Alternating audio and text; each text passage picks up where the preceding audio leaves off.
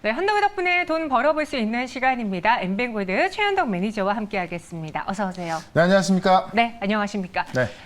오늘 시장 최현덕 매니저는 어떻게 바라보고 있는지 체크 포인트로 키워드 확인해 보도록 하겠습니다.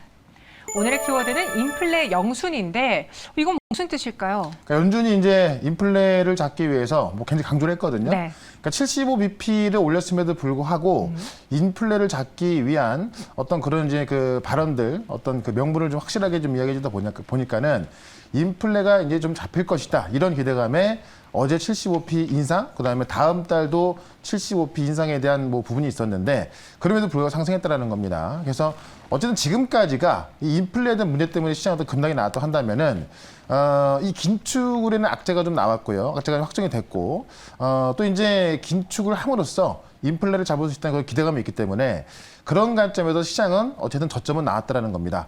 일단 어제 내용 좀 보면서 같이 좀 말씀을 좀 드려보도록 하겠습니다. 0.75%포인트 인상했는데요. 28년 만에 최대폭 인상한 거고 다음 달도 0.75%포인트 인상을 할 걸로 좀 보여주고 있습니다. 그래서 현재는 지금 이제 이 기준금리가 1.5에서 1.75까지 올라와 있고요. 어제 10년물 국채금리는 좀 하락이 나왔습니다. 사실 이 금리를 올리면은 이 10년물 국채금리도 올라가야 되는 건데요. 그동안 올라왔던 부분에 있어서 이 불확실성 제거로 시장 신뢰에 있어서 좀 상승하는 모습을 보였다는 거고 인플레이션에 있어서 적극적 대응 의지를 밝혔다라는 겁니다. 그래서 사실 어제 연준이 파월 의장이 75bp를 올리면서도 억지로 올리는 듯한 그런 느낌을 좀 받았죠. 편안하게 생각하지 않고 또 어떻게 보면 이 블랙아웃 기간에 있었던 그 지표 가지고 올리는 거기 때문에 지금까지 이런 일은 없었는데 어쨌든 올린다라고 이야기했고요.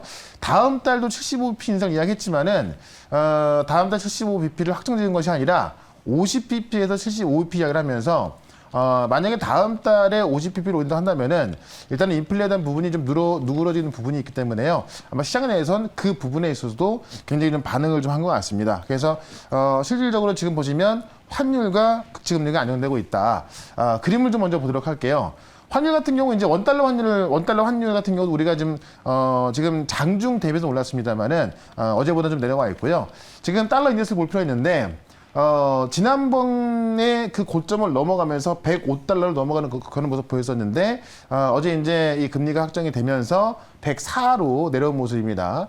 물론 이 모습 봤을 때요, 이게 이제 달러가 사실은 100 정도까지는 좀 내려와줘야, 완전히 안정됐구나라고 보는 건데, 그 안정되는 과정의 첫 걸음 정도로 좀 보시면 될 것 같고요.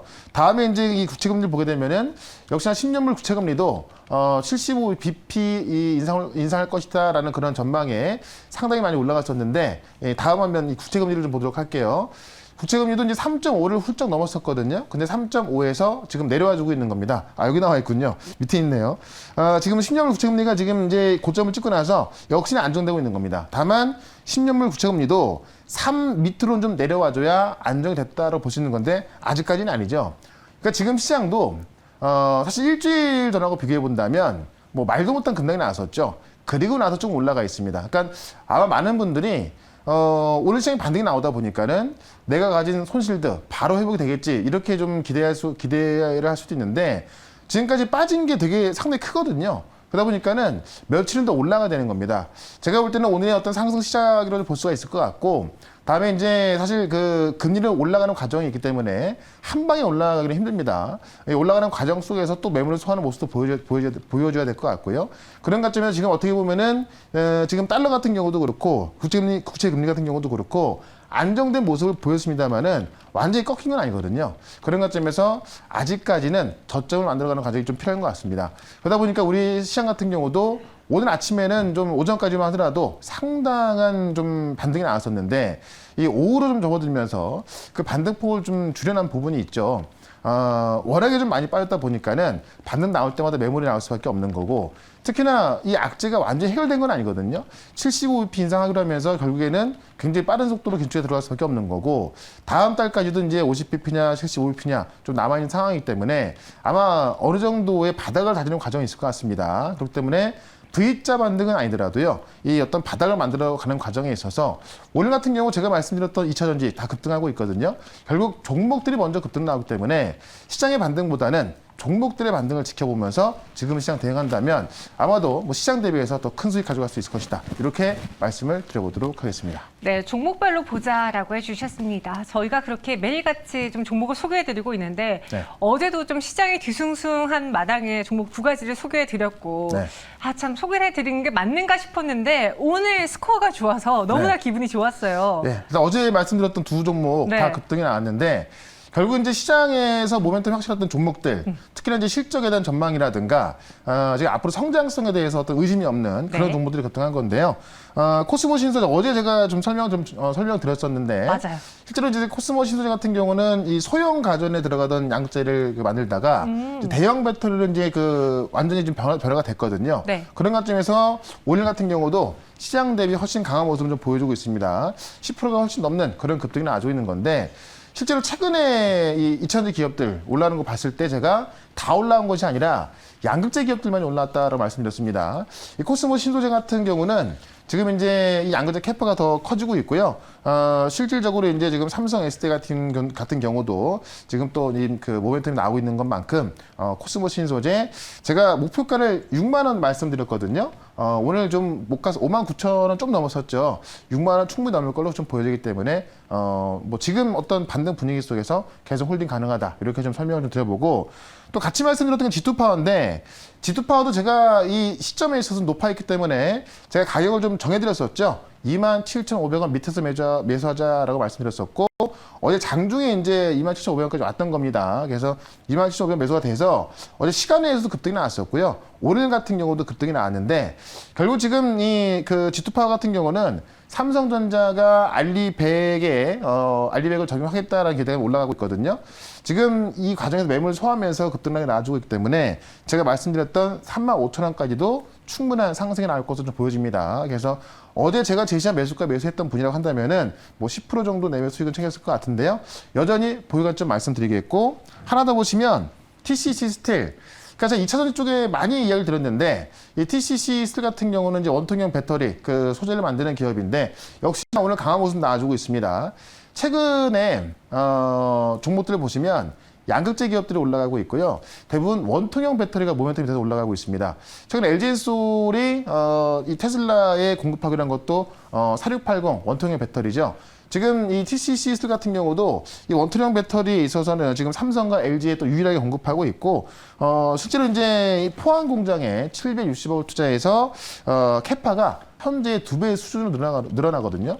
그런 관점에서 저는 지금도 굉장히 저평가되는 가격대이기 때문에, 역시나 목표가 14,500원까지는 편하게 보유하자라고 말씀드리면서, 저는 시장은 시원한 상승보다는 바닥을 다지는 과정 속에서 결국 종목들만 급등하고 있거든요. 오늘도 모멘텀이 확실한 종목 2개 소개를 시켜드려 보도록 하겠습니다. 네, 모멘텀이 확실한 종목으로 승부를 보겠다. 어제도 사실 저희가 이런 날에 종목을 사는 게 맞을까 좀 고민을 했었는데 네. 확실하게 반등할 만한 거리가 있는 종목들은 올라와 줍니다. 그렇죠. 오늘은 어떤 종목을 봐야 될까요? 첫 번째 현덕이 덕분에 종목 확인해 보도록 하죠. 키워드부터 보시면요. 네. 키워드는 어떤 걸까요? 네. 큰일 하셨다. 누가 큰일을 하셨을까요? 이게 이제 그 삼성전자 사장님이 네. 삼성 SDI 사장님한테 이제 유럽 출장을 갔다 오셨거든요. 네. 그러니까 큰일 하셨다. 라고 하면서 뭔가 성과가 나온 듯한 그런 얘기를 한 거예요. 네. 구체적인 발표를 한 건 아닙니다만은 어쨌든 유럽에서 뭔가 큰 성과가 있었기 때문에 큰일 하셨다 이렇게 했는데 그 과정에 있어서 아마 이제 이번 주에 이재용 부회장 오거든요. 어떤 선물을 갖고 올 수 있을지 그 내용을 한번 좀 보도록 하겠습니다. 일단은 좀 종을 치면서 어제 종목 놓으신 분들이라면은 오늘 종목도 지금 시장 반등 분위기 속에서 또 다 올라갈 수 있기 때문에 한번 주목을 해보시라고 좀 말씀을 좀 드려보겠고요. 삼성 SDI 전기차용 배터리 이 유럽 사업 확장 하나. 원래 삼성 SDI가요. LG엔솔이나 SK온보다도 해외 공장 확대에 있어서 가장 소극적이었던 기업이었거든요. 근데 이제 이재용 부회장이 유럽을 가면서 삼성 SDI의 유럽 공장 확대에 대해서 전망이 되게 세게 나오고 있는 겁니다. 내용을 좀 먼저 보도록 할게요. 최윤호 삼성 SK 사장이 이제 좀 예상보다 빠르게 귀국을 했죠. 근데 거기에 이제 박한규 삼성전자 사장께서 뭐 큰일 하셨다라고 독담을 했고요. 이 유럽에서 유럽에서 배터리 분야에서 어떤 큰 성과가 나왔을 것으로 관측이 되고 있습니다. 그래서 이 전기차 배터리에서 유럽 사업에 확장될 것으로 지금 시장에서 기대하고 있는 거고, 지금 네덜란드 총리가 이 부회장에게 신사업 협력 당부까지 했거든요. 그런 관점에서 유럽 시장에서 뭔가 좀 커질 것 같습니다. 유럽 생산 확대를 위한 교두보를 마련했다라고 지금 시장 관측하고 있는 건데, 독일의 BMW가 있고요. 폭스바겐, 이 다이너 등 이 글로벌 완성차 기업들이 포진되어 있는데, 지금 BMW 같은 경우도 이제 2023년까지 총 25종의 전기화 모델을 출시하는 계획이거든요. 여기에 또 원통형 배터리가 들어가기 때문에 지금 삼성 SK 같은 경우도 원통형 배터리 쪽으로 지금 유럽 시장을 또 공략할 거로 좀 보여지고 있는 거고요. 그런 면에서 지금 원통형 배터리에 대한 증설도 확대가 되고 있다는 것인데, 삼성이 아까도 말씀드렸습니다만은 LG엔솔이나 SK온에 비해서 해외 공장 확대에 대해서 제일 소극적이었던 기업이었는데, 지금 삼성이 배터리에 대한 어떤 본격적인 투자에 들어갔다는 기류가 나오고 있는 겁니다. 그래서 이 테슬라가 밝힌 4680 원통형과 유사한 지름의 46mm 이 늘린 차세대 원통형 배터리 개발 중이라고 하는 건데, 이러한 관점에서 인재 바닥에서, 그러니까 최근에 주가를 나왔었는데요. 이런 내용으로 인재 바닥에서 올라갈 수 있는 그런 종목을 말씀을 드려보도록 하겠습니다. 네, 원통형 배터리에 대한 투자 의견. 그렇다면은 우리가 삼성 SDI와 관련된 종목을 봐야 될 텐데요. 어떤 종목이 있을지 현덕의 덕분에 첫 번째 종목 공개해 보도록 하겠습니다. 네. 상신 EDP예요. 네. 이 원통형 각형 배터리에 들어가는 캡을 만드는 회사인데, 네. 삼성 SDI 거의 다 들어간다고 보시면 될 것 같아요. 그래서 아마 그러니까 삼성 SDI 안 들어가면 매출이 거의 안 나올 정도로 거의 매출 비중이 삼성 SDI가 가장 크다라고 좀 보시면 될 것 같습니다. 그래서 각형과 원통형 캔을 주력으로 생산하고 있고요. 이 소형 캔, 그러니까 소형 배터리에 들어가는 캔 같은 경우는 지금 삼성 SDI에서 점유율이 80~90%까지 되고, 중형 각형 캔 같은 경우는 50%까지 올라와 있습니다. 그래서 앞으로 원통형 캔 같은 경우도 좀 점유율이 높아질 것으로 보고 있는 거고요. 국내 배터리 S사, 삼성 SDI 말하는 건데 대부분 납품하고 있습니다. 그래서 캔 매출 비중이 80% 이상이기 때문에 거의 상신 EDP 같은 경우는 매출이 대부분 거의 다 삼성 SDI를 통해서 나온다라고 좀 보셔도 괜찮을 것 같고요. 그런 면에서 삼성 SDI가 본격적으로 이제 해외 투자에 나섰을 때는 상신 EDP의 매출까지 같이 커질 수 있다라고 좀 보시면 될 것 같고, 삼성 SDI 일단 미국 진출 확정을 했거든요. 지금 스텔란티스하고 합작 법인을 통해서 미국 진출 확정했는데, 이번 유럽 출장을 가서 유럽에서의 어떤 확장 가능성이 좀 크게 증가한 거거든요. 그런 관점에서 삼성 SDI가 유럽에서의 어떤 확장 가능성이 크게 증가한다면은 상신 EDP 가장 수익을 볼 것이다. 그런 면에서 어쨌든 삼성전자 사장이 큰일 했다라고 했을 때 무언가 결과가 있기 때문에 아마 이재용 부회장이 들어오는 토요일 날 들어오거든요. 그래서 들어오고 나서 뭔가 발표가 난다면은 좀 좋은 일이 있을 것 같습니다. 그때까지 보여주는 말씀드리면서 차트를 좀 보도록 하겠습니다. 차트 보시면 대부분의 종목들이 그렇듯이 상신 EDP 같은 경우도 어제까지도 계속 급락이 나왔던 겁니다. 오늘 반등이 나와주고 있는 건데요. 오늘 반등이 다른 종목들 대비해서 좀 꽤 강하게 올라와주고 있습니다. 일단 모멘텀이 좀 확실하게 있기 때문에 시장의 어떤 매크로만 나쁘지 않는다면은 어떤 추가적인 반등은 계속될 수 있다라고 말씀드리면서, 일단은 목표가를요, 최근에 이제 고점이었던 18,000원까지 말씀을 좀 드려보고, 손절가는 13,500원 대응을 해보도록 하겠습니다. 네, 상신 EDP였습니다. 오늘장의 주가 상승이 남들보다도 더 강하게 나와가지고 네. 특징주로도 거론되고 있는 종목인데요. 목표 주가 18,000원, 손절가 13,500원. 오늘 배를 올려주셨어요. 네. 네, 두 번째 종목은 무엇일지 또 키워드로 알아볼게요. 이번에는 TSMC가 긴장한다라고 주셨어요. TSMC가 누굴 긴장해요? 삼성 때문에 이재용 부회장이 또 네덜란드를 갔는데, 네. 이 EUV 장비를 누가 많이 확보하냐가 중요하거든요. 네. 그러니까 TSMC가 어떻게 보면 TSMC는 삼성을 신경 안 쓸 텐데, 삼성전자가 굉장히 좀 적극적인 행보를 보이다 보니까는 TSMC가 긴장할 수 있다, 이런 내용입니다. 내용을 좀 먼저 보도록 할게요. 이제 삼성이 다 쓸어가나 살짝 좀 오버가 돼 있는 오버긴 한데, 어쨌든 이재용 부회장이 지금 이제 이 EUV 장비를 지금 독점적으로 생산하고 있는 이제 ASM을 방문하면서 TSMC나 인텔이 초긴장하고 있다라는 내용입니다. 실제로 초긴장까지는 아닐 텐데요. 다만 어쨌든 이쪽으로 지금 굉장히 적극적인 행보를 보여주고 있기 때문에 긴장할 만한 겁니다. 내용을 좀 먼저 볼게요.